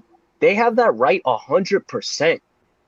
To where if you think that there's another guy that's better, well, then he's going to eventually get his shot, and then he'll either win or he'll lose. Plain and simple. But with so many titles, it's devalued. So it is just a prop. It is just like he said. He mentioned that, oh, because the belt's on the line, it brings in more money. That's an old school mentality. Actually, nowadays, it really doesn't. For the Because he just admitted WBC, that. right? It brings Yeah, more money for yeah, him. yeah, for him. And it really doesn't. Just like if I were to watch, if I saw a boxing poster, I think the only thing that'll kind of catch me is if it was champion versus champion. I really don't care if it's WBC or anything. Or if I didn't know if they were champion, if I just know that he's a badass fighter, or this and that. It just has to go with promotion.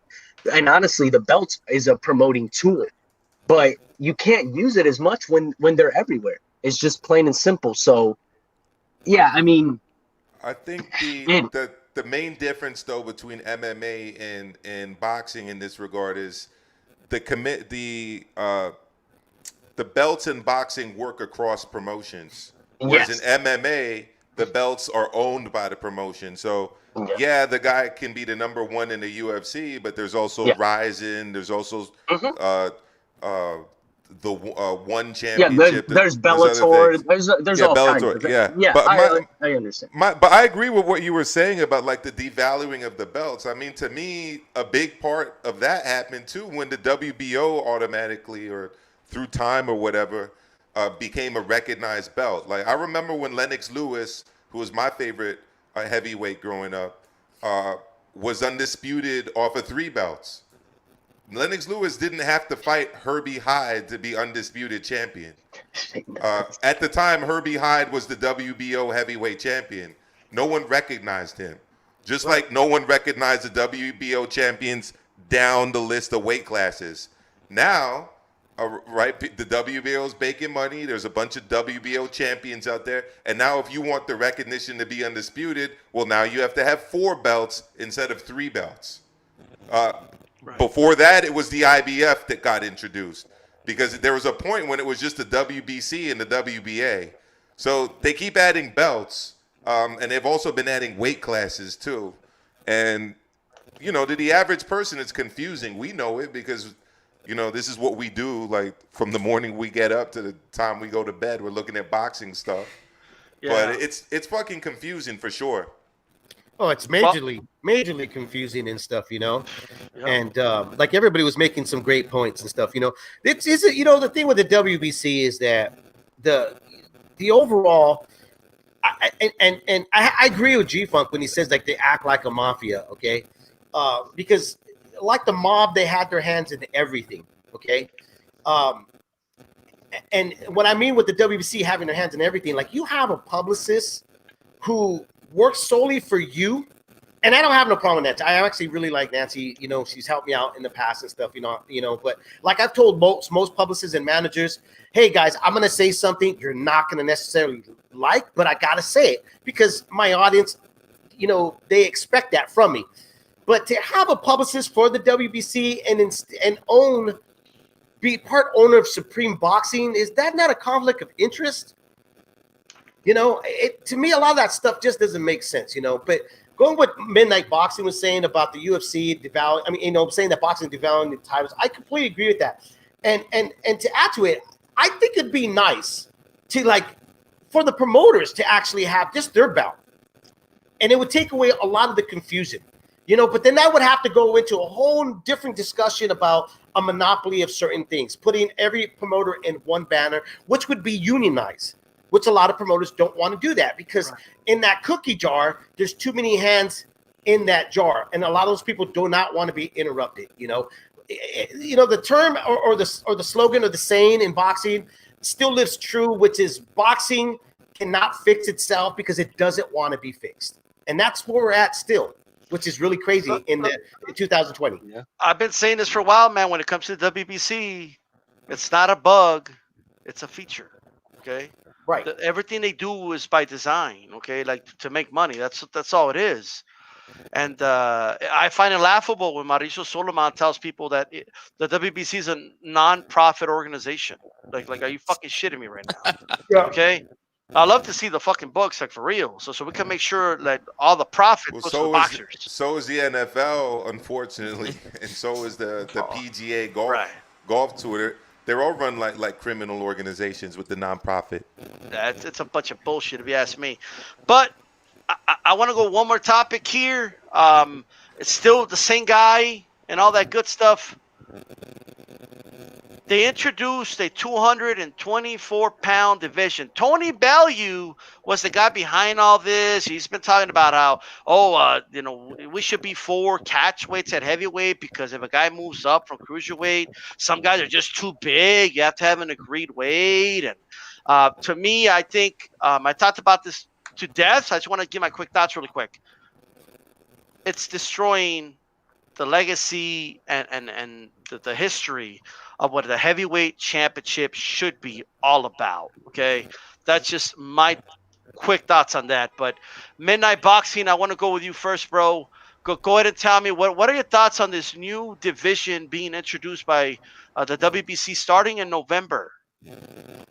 Yeah, I'm not a fan of adding another division. The way I see it is if you're smaller moving up and you're worried about, well, there's no other weight limit, there's no cap, or the guy's way bigger, then work out and get your ass down. Get out of the division. Plain and simple. Get out of the division. If you can't do heavyweight, go on down. I mean, there really isn't too much to be said besides, as you already mentioned, it's gonna complicate and almost devalue the history of what the heavyweight division is. That's what makes those fights great and explosive. You could have a smaller heavyweight beat a bigger heavyweight. I mean, it's happened plenty of times. You don't need another division. That's just another cash grab, plain and simple. Do I need to talk about the belts again? I'm not going to talk about it. I'm just saying, like, put your ass, go work out and get your ass down the weight. If you feel that you're too small for the heavyweight division, get out of it. Plain and simple. Yeah. And Dave, I want to ask you follow up with that. So I want your thoughts on this division as well, but also the current 200-pound champion in the WBC won the belt at 200 pounds, and now they're going to move down. The cruiserweight's going to move down to 190, and then they're going to have 224, and then anything above that is heavyweight now. So do you think that fighter has grounds to sue the WBC? Yeah, it just basically erased all their accomplishments.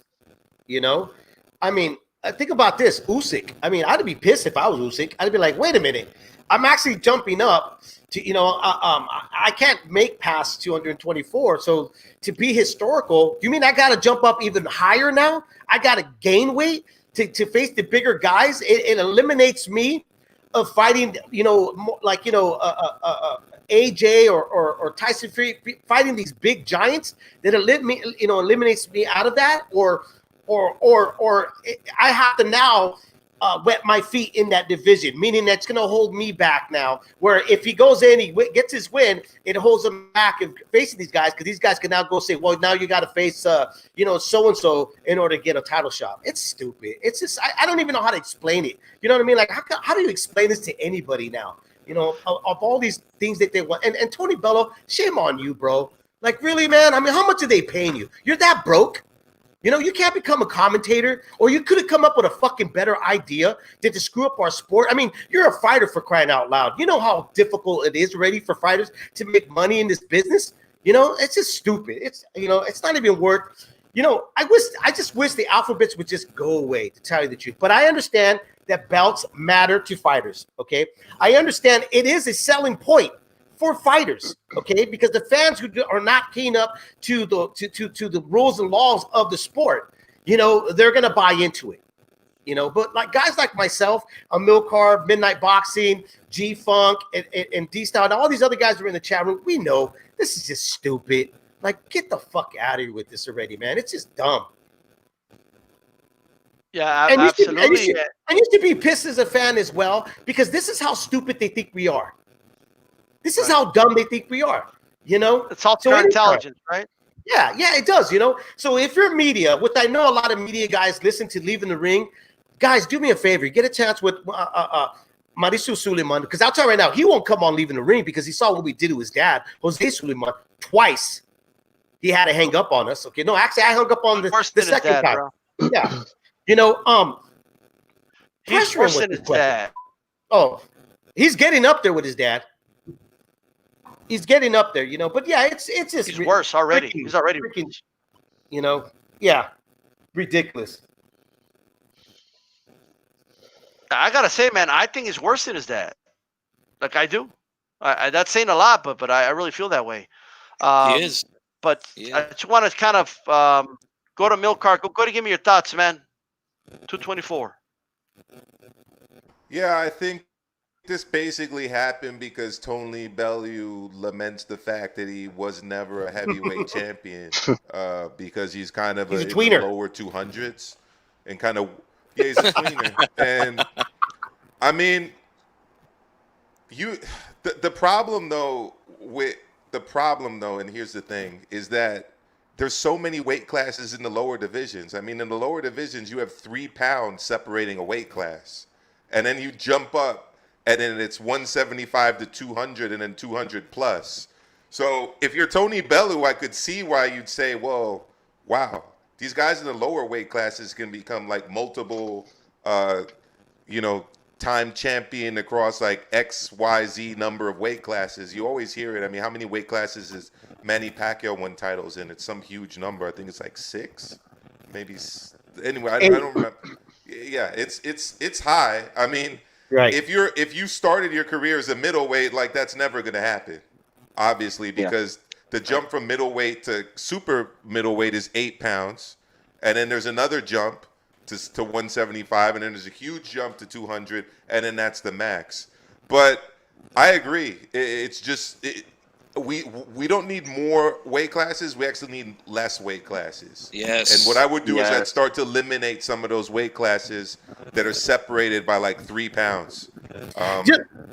Can I just point this out with Nato? He said it's quick, optional. Nato just put it in the chat room. It is optional. Nato, I mean, you really want to believe the WBC? That's just my thing, though. Like once he gets it through, like I said, their rules are written with pencil, for they can erase it. I don't trust them.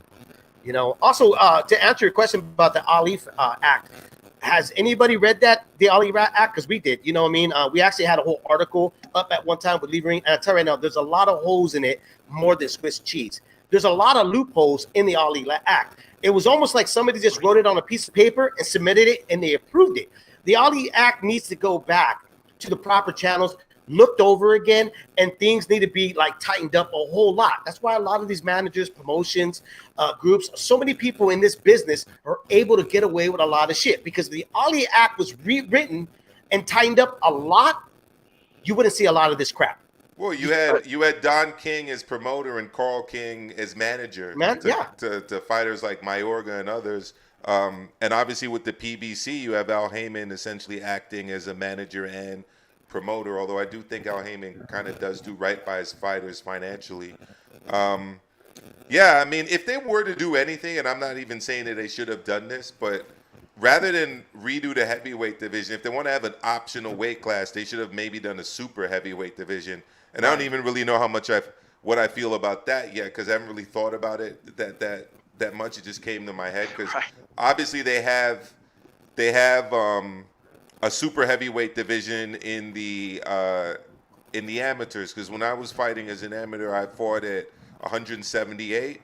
That was light heavyweight, and then I ended up ending at 200 max. And anything above that was called super heavyweight. So maybe they could make a super heavyweight division, but again, I don't think they should be adding any divisions. I think they should be getting rid of them. Exactly. I don't think they have to add anything. Milcar, I want to ask you the same thing here. As you see right there on the screen, cruiserweight, the WBC champion, this man, I cannot pronounce that dude's name. I apologize, but Makabu, he won the belt at 200 pounds. Now the WBC is doing this for safety and all this fairness. Now he needs to dehydrate himself another 10 pounds, okay, to 190 if he wants to continue fighting that cruiserweight, or he has to fight a motherfucker that's going to dehydrate himself to 224 and he's going to rehydrate at 250, 260 anyway. Do you think he has grounds to sue the WBC? I think he absolutely should sue. And I've actually seen Makabu in some pretty good fights. I'm sure you guys remember when he fought Tony Bellew. That was a pretty exciting fight, and he actually dropped Tony Bellew in that fight really hard. So that's what it is. Yeah, I mean, yeah, it all goes back to Tony Bellew. But like, yeah, he's been knocking out guys brutally for a while now, and he's actually got skills. Here's the thing with the hydration clause. I mean, the WBC is essentially advocating for fights being canceled because a week out of the fight, people are like 2 or 3 pounds over this arbitrary weight that they've established that you need to weigh in at. Look, if you weigh in at the limit on the weigh-in day, which is the day before the fight, you should be allowed to fight. Period. If they want to go to same day weigh-ins, that's another discussion. But if you weigh in on the weigh-in day at the right contracted weight, that should be enough to fight. Hey, Chief Funky, give us some. We're about to close out anyway, but give us some final words, bro. Yeah, this is bullshit. Just like all the other moves that the WBC has made in the recent moves that they made have been all bullshit. And this destroys the heavyweight division, man. It's stupid. I don't get it. And it's just, again, another money grab for these guys. It's all they care about. They don't care about the sport. They don't care about the history of it. They don't care about it being taken seriously. This is going to drive away casuals. They already don't know anything. They don't know shit about the belts already. It's already crazy to explain it to a casual. And then now they're going to do this to make it even worse. It's not good for the sport. It does nothing to improve it. It's got to go away. And I say do away with all the sanctioning bodies, man. I've been saying this. We need one belt, two at the most per division to find out who the best is. But you know, we know how it is, man. But I don't like it. They should just do away with the whole thing, man. It's stupid. Yeah, most definitely. And let's go around here really quick. We're going to wrap this one up. Great show, guys. Hope to do it again, of course. Next week, we'll have a lot of fights to talk about, from Tank to Leo Santa Cruz at whole 9. But we're going to leave that for next week. Shout out to D. Hodges, Boxing Story Nando, and all you guys. Hey, Midnight Boxing, give us some final words, bro. Hey, I really appreciate you guys having me on the show. It's been nice to meet you guys face to face on this whole app. I wouldn't mind meeting y'all in person one day and grabbing a drink. Definitely appreciate it, and it's always great to talk boxing, keep the sport alive, and hopefully I'll see you guys next time. Most definitely. Thank you for coming on. One more thing. One more thing. Yes. Shout out to my boy back in 07 and 08 and 09, Blood Boxing, with that documentary. I cannot wait to see that. And everybody make sure to show that some love out there in the chat room. Make sure to go over there, subscribe, and show that video some love. I can't wait to see that. Good work, Blood Boxing. Yeah, most definitely. And Milcar, give us some final words.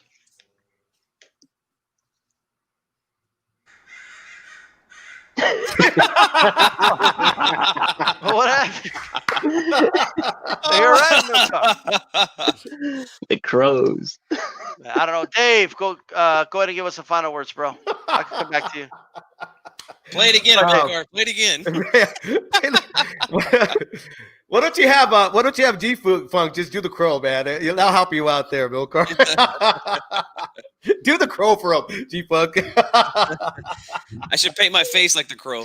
All right. So, with that said, I want to thank everybody that tuned in. Make sure you throw, hit that like button, share the video and the content. This is really Thanks, quick. D-Style. Appreciate it as always. Yo, go ahead, Dave. Last words. Go ahead. Really quick, Milcar is going to be on Sunday. I don't know, Milcar, you want to tell everybody what time you're going to be on a Sunday on Leaving the Ring so everybody can tune in? We're going to do a Sunday show, post-fight show, Sunday morning. I'll have my coffee here in my little den and going over the fights from the weekend and previewing Monday's show with Dave. I subscribed, man, so I'll be there. All right, awesome. Yeah, most definitely. Any final words, Dave? Final words, man, is, you know what, D-Style, again, bro, thank you for allowing us to do the Leaving the Ring Roundtable here on your channel. G-Funk, is always a pleasure. Midnight Boxing, brother, it's great to see you back talking boxing here with us. And as always, with my partner, Milcar, man, a lot of fun. Again, see you guys next week. Keep tuning in to D Styles channel, G Funk's channel, Midnight Boxing. We got to get them up and running again. But you can just you gotta just remember this. Midnight Boxing is officially part of this whole family right here. You know what I mean? The D Style, G Funk, and Leave the Ring family. Most Yes, definitely. Right. And like always, this is D Style Boxing. Keep it boxing.